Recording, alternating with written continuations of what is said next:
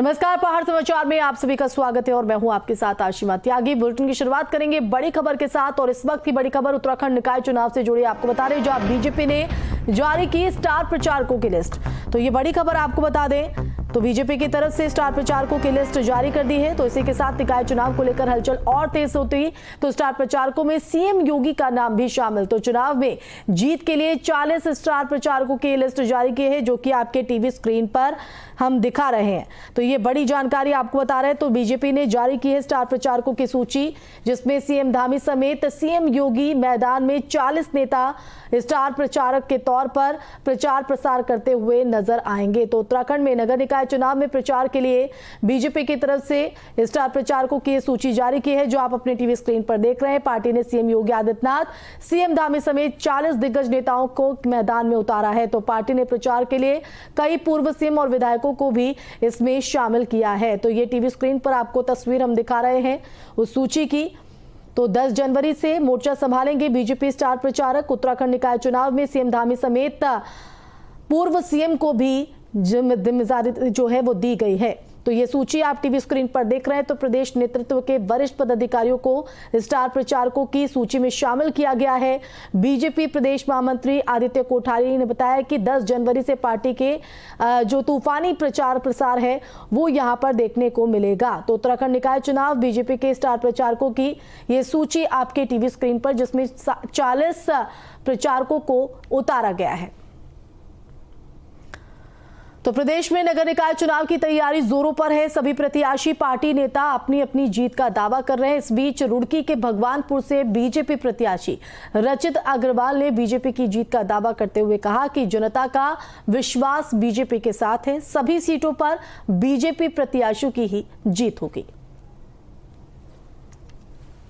आज के मुद्दे हैं और माननीय नरेंद्र मोदी जी और पुष्कर सिंह धामी जी की जो योजनाएं, हजारों योजनाएं जो चल रही है उन्हें धरातल पर उतारने का काम है। चाहे सड़कों का हो, चाहे सफाई का हो, चाहे लाइटों का हो, चाहे पानी निकासी का हो। मुद्दे बहुत सारे हैं नगर पंचायत में। उन्हीं मुद्दों को लेकर क्षेत्र की जनता के बीच में हम जा रहे हैं और मुझे पूर्ण विश्वास है अपनी सरकार पे कि जिन मुद्दों को लेकर हम क्षेत्र में जा रहे हैं उन्हीं मुद्दों पर काम होगा आगे भविष्य में। देखो, ये जो चुनाव लड़ा जा रहा है हिंदू मुस्लिम का चुनाव नहीं है, ये विकास के मुद्दों का चुनाव है। डबल इंजन की सरकार हमारे यहाँ है, तीसरा इंजन ये जुड़ना जा रहा है भगवानपुर नगर पंचायत का। तो मुझे पूर्ण विश्वास है कि जब 3 इंजन जुड़ेंगे तो विकास की गंगा यहाँ बहेगी और उस गंगा में यहाँ नगर पंचायत का एक तरफा काम होने का काम। उधर बागेश्वर में भी चुनाव प्रचार जोरों पर है। कपकोट नगर पंचायत से बीजेपी प्रत्याशी गीता एठानी चुनावी मैदान में है। चुनाव प्रचार के दौरान बीजेपी प्रत्याशी ने जहां बीजेपी सरकार विधायक के काम गिनाए, तो वहीं इसके पहले कपकोट की अनदेखी को लेकर विपक्ष पर जमकर निशाना भी साधा। हम लोगों का मोदी जी का मुख्य मिशन है जो स्वच्छता पर, उस पर हम सभी वार्डों में जा रहे हैं। विशेष रूप से हम उसी पर ध्यान दे रहे हैं और माननीय विधायक जी ने यहाँ पर बहुत सारे विकास कार्य किए हैं। हम लोग उसी को हम कह रहे हैं कि विधायक जी के नेतृत्व में हमारा कपकोट नगर पंचायत एक बहुत ही विकसित नगर पंचायत के रूप में रहेगा आगे। लक्ष्य का 5 साल का जैसे लाइट का है, पानी का है और सबसे मुख्य तो कूड़े का है। यहाँ उन्होंने वादा किया था जो अभी तक वो कूड़ा हटाया नहीं है, वो वैसी की वैसी है। और इस बीच निकाय चुनाव से जुड़ी एक और बड़ी खबर आपको बता दें, जहां निकाय चुनाव की जोरों पर तैयारी। तो निकाय चुनाव के लिए 1544 मतदान केंद्र बनाए गए हैं। तो आयोग ने की है तैयार की मतदाता की सूची। तो निकाय चुनाव का रण सज चुका है, हलचल तेज है। इस बीच तैयारियां भी जोरों पर हैं। तो 23 जनवरी को प्रदेश में निकाय चुनाव होने और ऐसे में राज्य निर्वाचन आयोग अपनी तैयारियों में जुटा हुआ है। आयोग ने प्रदेश के तमाम मतदाताओं की सूची भी तैयार कर ली है। तो प्रदेश के 100 नगर निकायों में चुनाव हो रहा है, जिसमें 11 नगर निगम है, 43 नगर पालिका और 46 पंचायत है। प्रदेश में होने वाले नगर निकाय चुनाव के लिए 1544 मतदान केंद्र बनाए गए हैं। देखिए, नगर निकाय चुनावों में जो है अमूमन हमारे स्टेट गवर्नमेंट की जो हमारी पुलिस फोर्स है, वो हमारे होमगार्ड्स, हमारे पीआरडी के जवान तो ये लोग ही हमारे लिए संख्या बल पर्याप्त होता है और निर्वाचन को हम लोग बिल्कुल पीसफुली और पूर्ण सुरक्षा के साथ हम कराने में सक्षम होते हैं। इसका आकलन जो है जनपद स्तर पर और पुलिस मुख्यालय स्तर पर हो चुका है और पर्याप्त पुलिस फोर्स हमारे पास इंक्लूडिंग होमगार्ड एंड पीआरडी उपलब्ध है, जिनके माध्यम से हम लोग सुरक्षा व्यवस्था, चाहे वो हमारी पोलिंग पार्टियां हों, चाहे हमारे पोलिंग बूथ्स हों, वहाँ पर प्रोवाइड करेंगे। और जो चेकिंग इत्यादि भी चल रही है उस सब में भी ये पूरी टीमें हमारी काम कर रही हैं। तो निकाय चुनाव का रण दिलचस्प होता जा रहा है। वादों के दिग्गज वादों की झड़ी लगा रहे हैं। पौड़ी से निर्दलीय प्रत्याशी प्रियंका थपलियाल ने अपना घोषणा पत्र जारी किया। उन्होंने प्रेस कॉन्फ्रेंस कर ये बताया कि कूड़ा निस्तारण, युवाओं को रोजगार और पार्किंग व्यवस्था को दुरुस्त करना प्राथमिकता रहेगी। मैंने अपना घोषणा पत्र जारी किया है और मैंने आप लोगों के माध्यम से पूरा घोषणा पत्र आप लोगों के बीच में रखा है। मैं इसको जनता के बीच में भी रखूंगी और मैं ये जरूर बोलूंगी कि आप अगर मेरा घोषणा पत्र पढ़ेंगे तो आपको खुद दिख जाएगा कि वो कितना अलग है, कितना अलग नहीं है, क्योंकि इसमें छोटे स्तर के हमारे जितने ठेकेदार हैं, छोटे स्तर के जो हमारे व्यापारी हैं, वहाँ से लेते हुए हम लोग जो बड़े स्तर तक का है वो सब चीज़ कवर कर रहे हैं। हम बच्चों को कवर कर रहे हैं, हम व्यापार को कवर कर रहे हैं, हम स्वास्थ्य को कवर कर रहे हैं, हम शिक्षा को कवर कर रहे हैं, हम संस्कृति को कवर कर रहे हैं, हम पर्यटकों को कवर कर रहे हैं। तो निकाय चुनाव में बीजेपी प्रत्याशियों के वोट मांगने के लिए कैबिनेट मंत्री डॉक्टर धन सिंह रावत इन दिनों गढ़वाल क्षेत्र के दौरे पर हैं। धन सिंह रावत ने गोपेश्वर, गैरसैंण, गौचर और कर्णप्रयाग में आयोजित नुक्कड़ सभा में शिरकत की। उन्होंने नुक्कड़ सभा में केंद्र और राज्य सरकार की उपलब्धि को गिनाते हुए बीजेपी प्रत्याशी के हित में वोट की अपील की।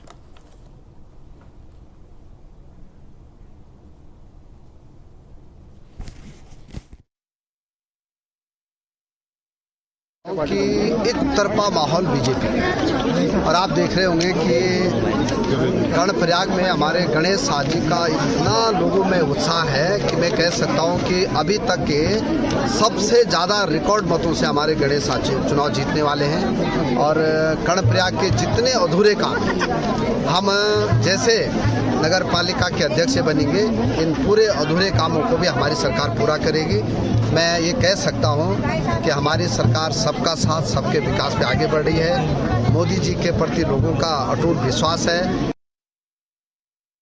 देखिए, केंद्र में भी भारतीय जनता पार्टी की सरकार है और प्रदेश में भी भारतीय जनता पार्टी की सरकार है। निश्चित तौर पे हम भारतीय जनता पार्टी ने जो काम करे हैं, हमारी सरकार ने जो काम करे हैं, जनता में एक बहुत अच्छा माहौल है और एक खुशी का लहर है। मुझे लगता है कि निश्चित जो हमारे उत्तराखंड सरकार में मुख्यमंत्री हैं धामी जी ने जो विकास योजनाएं चलाई हैं, निश्चित तौर पर उसका भी मुझे लाभ मिलेगा और जनता जनार्दन का मेरे ऊपर बहुत अच्छा एक विश्वास भी है और मुझे वोट के रूप में समर्थन भी दे रहे हैं।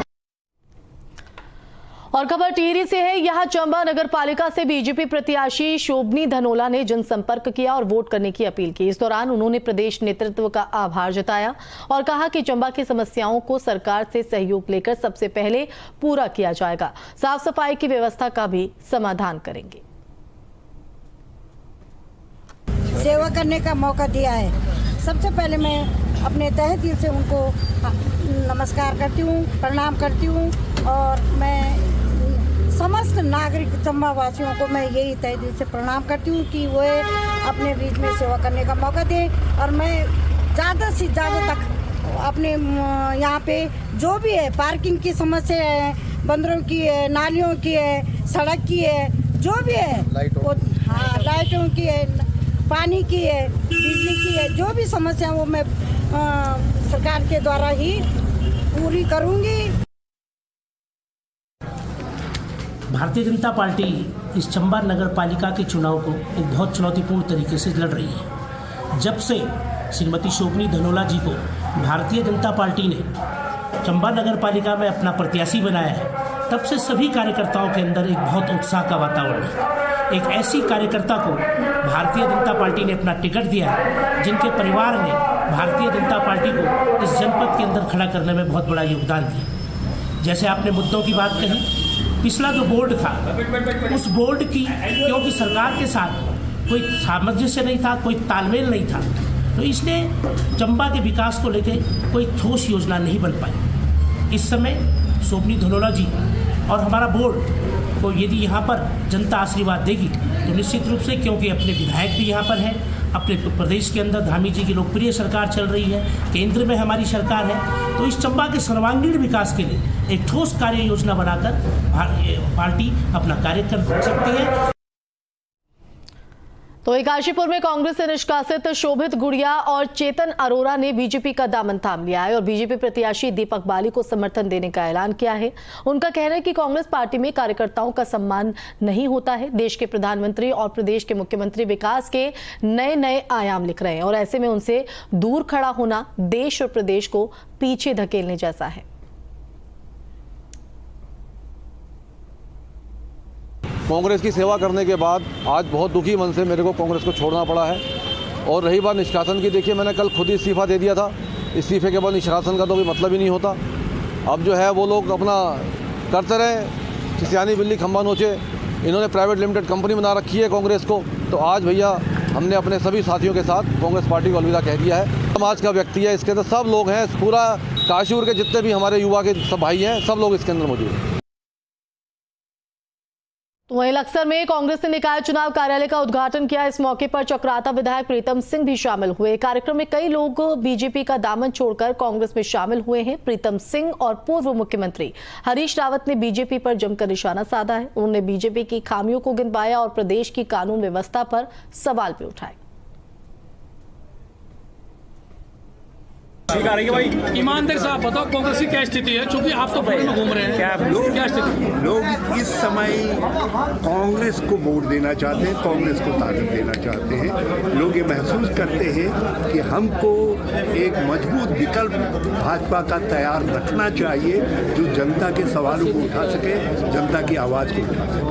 फिर नगरीय व्यवस्था को एक अच्छी सुचारू व्यवस्था देने में भाजपा विफल रही है और जिस तरीके से उन्होंने नगरीय चुनावों को टाला है, उसके लिए भी जनता में गुस्सा है और लोग भारतीय जनता पार्टी को दंडित करना चाहते हैं और कांग्रेस को शक्ति देना चाहते हैं, कांग्रेस के उम्मीदवारों को विजयी बनाना चाहते हैं। बेरोजगारी की बात हो, महंगाई की बात हो, कानून व्यवस्था की बात हो, महिलाओं पर अपराधों की बात हो, भ्रष्टाचार की बात हो, खनन की बात हो, शराब की बात हो, एक समान मुद्दे हैं। बाकी जो अन्य मुद्दे हैं वो स्थानीय भी हैं और ये तमाम चीज़ें जो है ये भाजपा की असफलता का संकेत है और इसलिए उत्तराखंड के लोगों ने मार्ग बनाया है कि नगर निकाय के चुनाव तो निकाय का रण दिलचस्प होता जा रहा है। बयानबाजी का दौर जारी है। रुड़की में बीजेपी के पार्षद प्रत्याशी राकेश गर्ग ने चुनाव में जीत का दावा किया। उन्होंने कहा कि 25 जनवरी को बीजेपी जीत का परचम लहराने जा रही है। इस मौके पर विधायक प्रदीप बत्रा ने समर्थकों के साथ चुनाव प्रचार किया। साथ ही मेयर प्रत्याशी अनीता देवी अग्रवाल के लिए वोट की अपील भी की। यहाँ पे बहुत ज़्यादा कुत्तों की बहुत ज़्यादा दिक्कत है और वो मैंने देखा। मेरा लक्ष्य ये है, पानी का भराव बहुत है, नालों का। तो मेरा लक्ष्य यही है, सब काम जरूर करूँगी। हाँ जरूर। किस तरह का आपको जन समर्थन मिल रहा है? बहुत प्यार मिल रहा है, बहुत समर्थन मिल रहा है।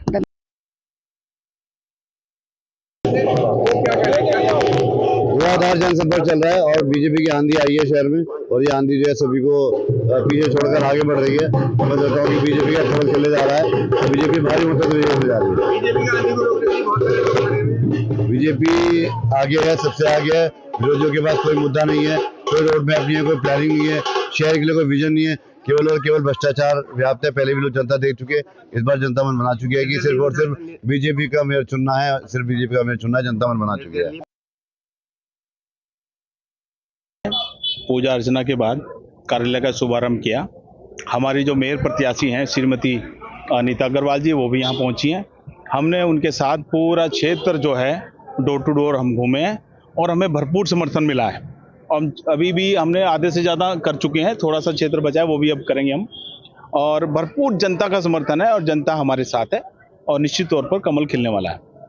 वार्ड में मैक्सिमम समस्या हम लोग करते रहते हैं, क्योंकि मैं 2 योजना से लगातार पार्षद हूँ और सारी समस्याएं हम लोग देखते भी हैं और करते भी हैं। कुछ ऐसी 1-2 समस्याएं हैं, जैसे कि हमारे पास थोड़ा सिक्योरिटी को हम फील करते हैं कि सिक्योरिटी कम है। हम कुछ 1-2 गेट हम अपनी कॉलोनी के पे चाहते हैं कि गेट लग जाएं दोनों ओर। तो उत्तराखंड में अवैध रूप से चल रहे मदरसों के खिलाफ प्रशासन